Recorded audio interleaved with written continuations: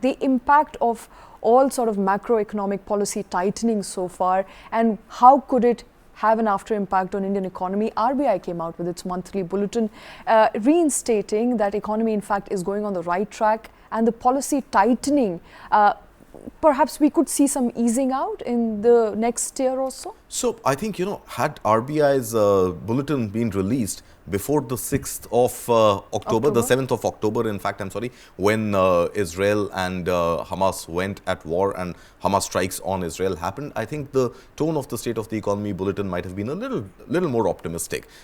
It is still fairly optimistic. It is still fairly optimistic to a point that we've seen inflation data coming under check. I think 5.02% very, very comfortably in the overall comfort zone of RBI, which wants to hammer it down to about 4%. But retail inflation at 5.2%, RBI mentions in its bulletin as well that from the peak of 7.4% in July, it seems like, we are far more comfortable with inflation numbers than we were earlier. Other macroeconomic data that RBI has touched upon includes unemployment rate falling from 8.1% in the month of August to 7.1% in the month of September.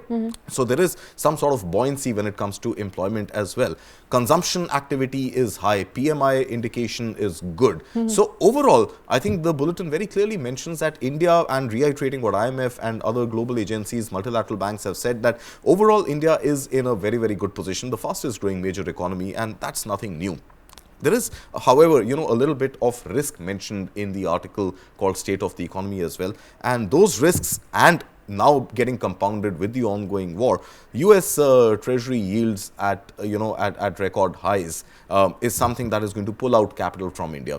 India's capital markets could take some sort of a beating on account of that. We've seen little shoots of that happening already when we look at markets every morning. So US Treasury yields, rising crude prices are obviously big risks to India's rupee at the moment. Now, a weakening India rupee makes imports for India that much more expensive, and more expensive imports means higher inflation. So overall, when you look at the scenario post 7th of October, India is perhaps not as confident, as comfortable as it was pre-7th of October. So I think this entire game will have to be played out on crude, on US Treasury yields, and we'll have to see what is the kind of pull out from Indian markets from INR, and what is the kind of sell-off that of Forex that RBI will have to continue doing. Remember, it's already sold about $3.8 billion worth of US dollars to keep the rupee a little bit on point, but still, I think rupee opened about 5 paisa dearer this morning.